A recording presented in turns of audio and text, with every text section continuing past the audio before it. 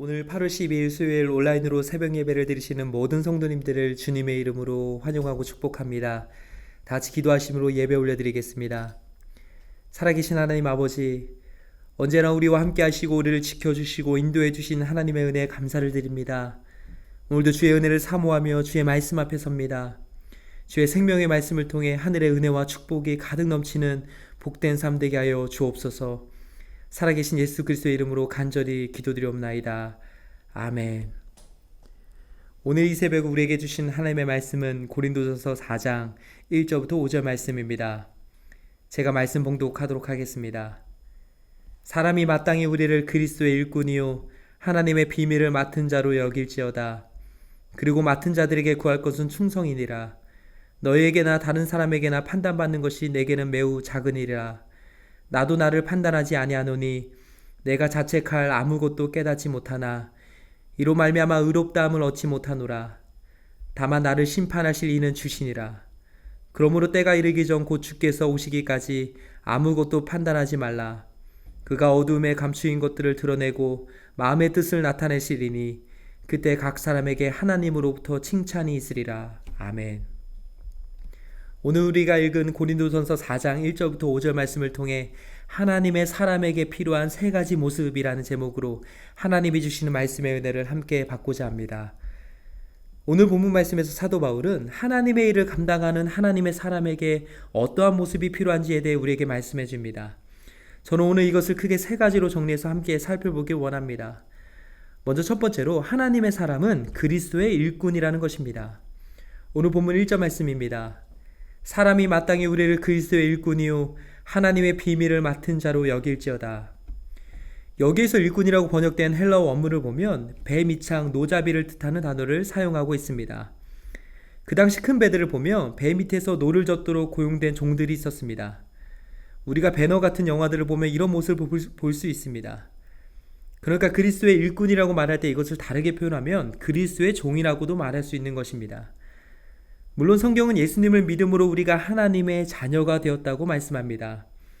우리는 하나님의 거룩한 백성이고 만왕의 왕이신 하나님의 자녀입니다.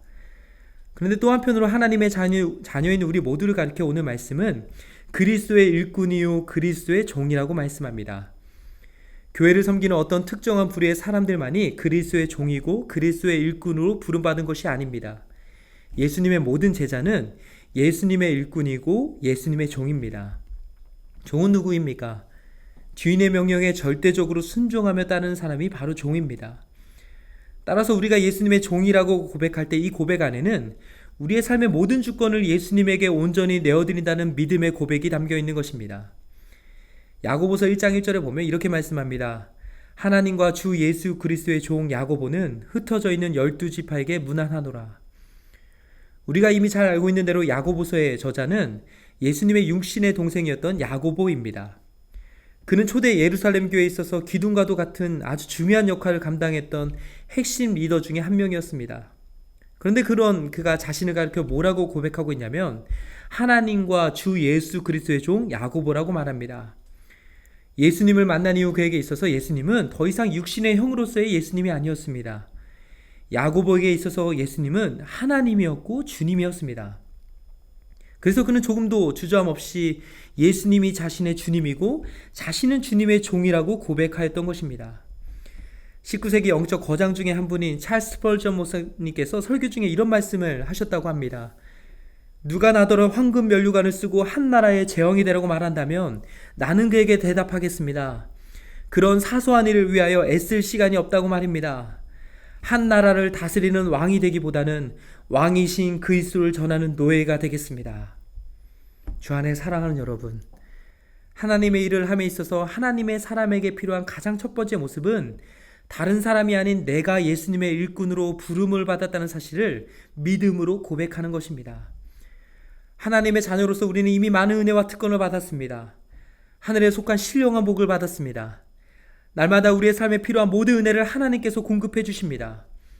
그리고 그런 우리를 향해 하나님께서 하나님 나라를 세우는 하나님의 일꾼으로 예수님의 일꾼으로 부르십니다. 오늘 이 시간 여러분 안에 이 부르심에 대한 분명한 믿음의 확신이 더 견고해지게 되길 주님의 이름으로 축복합니다. 두 번째로 하나님의 사람은 하나님의 청지기입니다. 오늘 본문 1절에 보면 이렇게 말씀합니다. 사람이 마땅히 우리를 그리스도의 일꾼이요 하나님의 비밀을 맡은 자로 여길지어다. 여기에 보면 사도 바울과 아볼로를 포함한 모든 복음 사역자들을 가리켜 하나님의 비밀을 맡은 자라고 말씀합니다. 2절도 한번 보십시오. 그리고 맡은 자들에게 구할 것은 충성이니라. 여기에도 맡은 자들에게 라고 말씀합니다. 이 맡은 자들이라는 표현을 원문으로 보면 우리가 잘 아는 단어인 청지기라는 뜻이 담겨있는 오이코노모스라는 단어로 쓰여져 있습니다. 그러니까 하나님의 일을 감당함에 있어서 하나님의 사람은 하나님의 청지기라는 것입니다. 고 옥하는 목사님이 쓰신 제자훈련 교재를 보면 이 청지기라는 단어 안에 담겨진 의미에 대해 이렇게 설명합니다.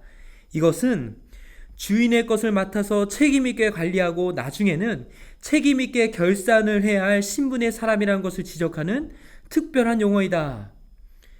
여기에서 우리가 주목해야 될 두 단어가 있습니다. 그것은 바로 책임과 결산입니다. 오늘 본 4절 말씀에도 보면 이렇게 말씀합니다. 내가 자책할 아무것도 깨닫지 못하나 이로 말미암아 의롭다함을 얻지 못하노라. 다만 나를 심판하실 이는 주시니라. 하나님의 청지기로서 사도 바울은 하나님이 맡겨주신 것에 대해 책임을 다해야 할 뿐만 아니라 그 평가도 하나님만이 내릴 수 있다고 말씀합니다. 특히 5절 말씀에도 보면 이렇게 말씀합니다. 그러므로 때가 이르기 전 곧 주께서 오시기까지 아무것도 판단하지 말라. 그가 어둠에 감추인 것들을 드러내고 마음의 뜻을 나타내시리니 그때 각 사람에게 하나님으로부터 칭찬이 있으리라. 이 말씀의 핵심은 결산할 때가 반드시 온다는 것입니다. 그때가 언제냐면 예수님이 다시 오시는 그날입니다. 그날이 되면 하나님의 청지기로서 하나님의 것을 어떻게 관리했는지 하나님 앞에서 결산을 하게 된다는 것입니다. 마태복음 25장 14절부터 30절 말씀을 보면 달란트 비유가 나옵니다. 여기에 보면 19절에 이렇게 말씀합니다. 오랜 후에 그 종들의 주인이 돌아와 그들과 결산할세. 우리는 이 말씀을 꼭 기억해야 합니다. 종들끼리 서로를 비교하고 서로를 평가하면서 서로 결산하는 것이 아닙니다. 누가 결산하는 것입니까? 그 종들의 주인이 돌아와서 결산하는 것입니다. 오늘 말씀에 나온 고린도 교회 성도들을 보면 서로를 비교하고 평가하는 데 많은 관심과 에너지를 쏟아부었습니다. 한 교회 안에서 바울파, 아볼로파, 게바파, 그리스도파로 나뉘어졌습니다. 그리고는 서로 시기하고 분쟁하였습니다. 서로를 믿음의 동역자가 아닌 경쟁자로 여겼습니다. 서로를 미워하고 다투었습니다. 이런 상황 속에서 사도 바울을 통해 고린도 교회와 성도들을 향해 주시는 하나님의 메시지가 뭐였냐면 바로 최종 평가와 결산은 사람이 하는 것이 아니라 하나님께 달려있다는 것입니다. 사실 인간은 완벽하지 않습니다. 우리가 아무리 객관적이고 중립적인 자세를 가진다 할지라도 우리의 판단과 평가는 100% 완벽할 수 없습니다. 뿐만 아니라 하나님 앞에서 우리 모두는 종입니다. 주인이 아닙니다. 주인은 하나님 한 분밖에 없습니다. 그렇기 때문에 우리는 사람에게 우리의 시선이 머물러 있어서는 안 됩니다. 우리는 우리의 주인이고 우리의 유일한 왕이신 하나님만 바라봐야 합니다. 하나님의 청지기로서 하나님이 우리에게 맡겨주신 모든 것에 사람이 아닌 하나님 앞에서 책임을 다해야 합니다.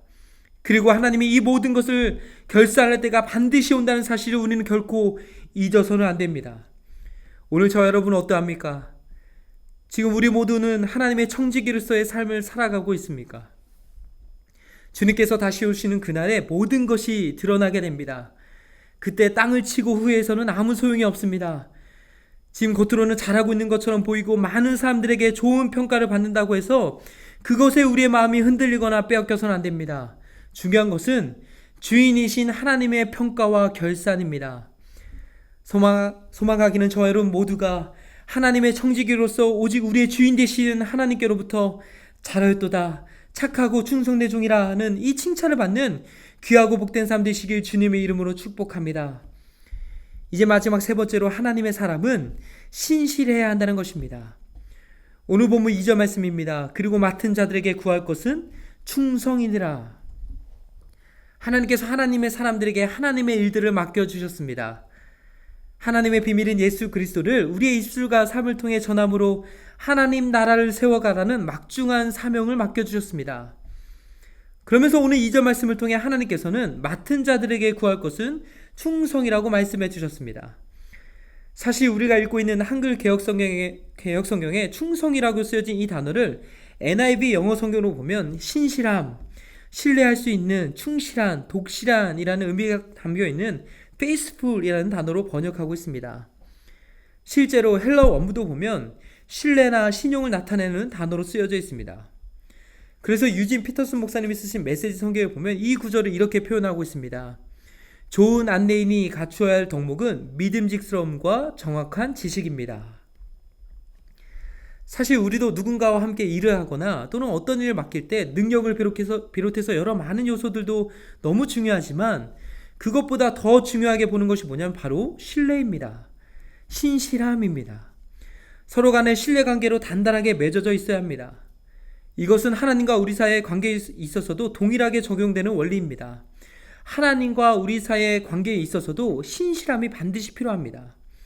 하나님은 신실하신 하나님이십니다. 신명기 7장 9절에 보면 이렇게 말씀합니다. 그런즉 너는 알라 오직 내 하나님 여호와는 하나님이시요 신실하신 하나님이시리라. 그를 사랑하고 그의 계명을 지키는 자에게는 천대까지 그의 언약을 이행하시며 인애를 베푸시되. 하나님이 갖고 계신 하나님의 성품 자체가 신실함입니다. 하나님은 언제나 하나님이 말씀하신 바를 행하시고 하나님의 약속을 반드시 지키십니다. 하나님이 우리와 언약을 맺으실 때 비록 우리는 부족하고 연약해서 하나님과의 약속을 지키지 못할 때도 많이 있지만 그러한 하나님은 그렇지 않습니다. 민수기 23장 19절에 보면 이렇게 말씀합니다. 하나님은 사람이 아니시니 거짓말을 하지 않으시고 인생이 아니시니 후회가 없으시도다. 어찌 그 말씀하신 바를 행하지 않으시며 하신 말씀을 실행하지 않으시라. 우리가 하나님을 100% 온전히 믿고 신뢰할 수 있는 이유가 무엇입니까? 바로 하나님이 신실하시기 때문입니다. 그리고 그 신실하신 하나님께서 하나님의 사람인 우리 모두에게도 원하시고 요구하시는 모습이 뭐냐면 바로 신실함입니다. 여기에서의 신실함은 그 어떤 상황과 환경 속에서도 끝까지 하나님의 편에 서 있는 것을 말합니다. 누가 뭐라 해도 하나님만을 온전히 믿고 의지함으로 하나님이 말씀하시고 하나님이 맡겨주신 그 모든 일들을 묵묵히 믿음직스럽게 감당해내는 것을 말합니다. 창세기 6장에 보면 하나님께서 온 땅에 죄악이 가득함을 보시고 세상을 심판하기로 작정하십니다. 그러면서 하나님과 함께 동행하던 하나님의 사람인 노아를 부르십니다. 그리고는 방주를 만들 것을 말씀하십니다. 사실 노아가 방주를 만드는 모든 과정들을 보면 노아와 하나님과의 관계에 있어서 이미 두터운 신뢰의 관계가 형성되어 있음을 알 수 있습니다. 노아도 하나님을 전적으로 믿고 신뢰했기 때문에 방주를 만들 수 있었지만 하나님의 입장에서도 보면 그 당시 수많은 사람들 중에 노아만을 하나님의 계획을 이룬 데 쓰임받을 수 있는 믿음직스러운 하나님의 사람으로 여기셨습니다. 그래서 노아에게 하나님께서 하나님의 일을 맡기셨던 것입니다.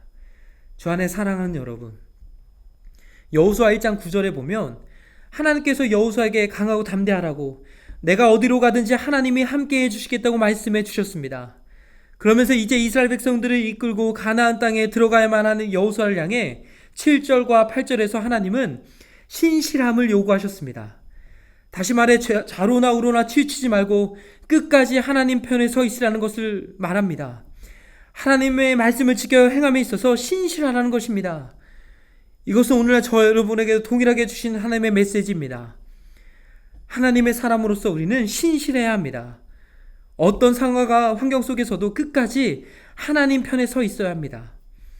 그리스도의 일꾼으로서 하나님이 말씀하시고 약속하시고 맡겨주신 하나님의 일들에 대해 묵묵히 믿음으로 순종해야 합니다. 하나님의 청지기로서 하나님이 맡겨주신 모든 일에 우리가 할 수 있는 온 힘을 다해 신실함으로 감당해내야 합니다. 이제 말씀을 읽겠습니다. 잠언 25장 13절 말씀을 보면 이렇게 말씀합니다.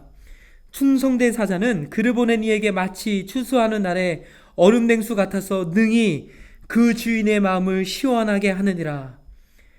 오늘 이 새벽 하나님 앞에 나오신 저 여러분 모두에게 이 말씀의 은혜가 그대로 이루어지게 되길 주님의 이름으로 축복합니다. 그래서 우리의 인생이 나 자신을 위한 인생이 아니라 우리의 주인 되시고 우리의 좋으신 하늘아버지 되시는 하나님의 마음을 정말 시원케 해드리는 귀하고 복된 삶을 사는 저 여러분 모두가 되시길 주님의 이름으로 축복합니다. 이제 오늘 주신 말씀 붙들고 기도하겠습니다. 먼저 첫 번째로 하나님 나라를 세우는데 귀하게 쓰임받는 신실한 주의 일꾼이 되어 하나님의 마음을 시원케 드리는 우리 자신이 될 수 있게 달라고 마음을 다해 기도하기 원합니다. 그리고 두 번째로 우리 남가주 사랑교회를 위해 함께 기도하기 원합니다. 어렵고 힘든 상황이지만 온 교회와 성도들이 영적으로 하나 되어 하나님의 사명을 함께 신실하게 감당할 수 있도록 은혜 베풀어 주옵소서. 새롭게 시작되는 교회 모든 사역 가운데 하나님께서 갑절의 은혜와 능력을 부어 주옵소서. 다 함께 간절히 기도하신 후에 개인 기도의 시간으로 나아가도록 하겠습니다.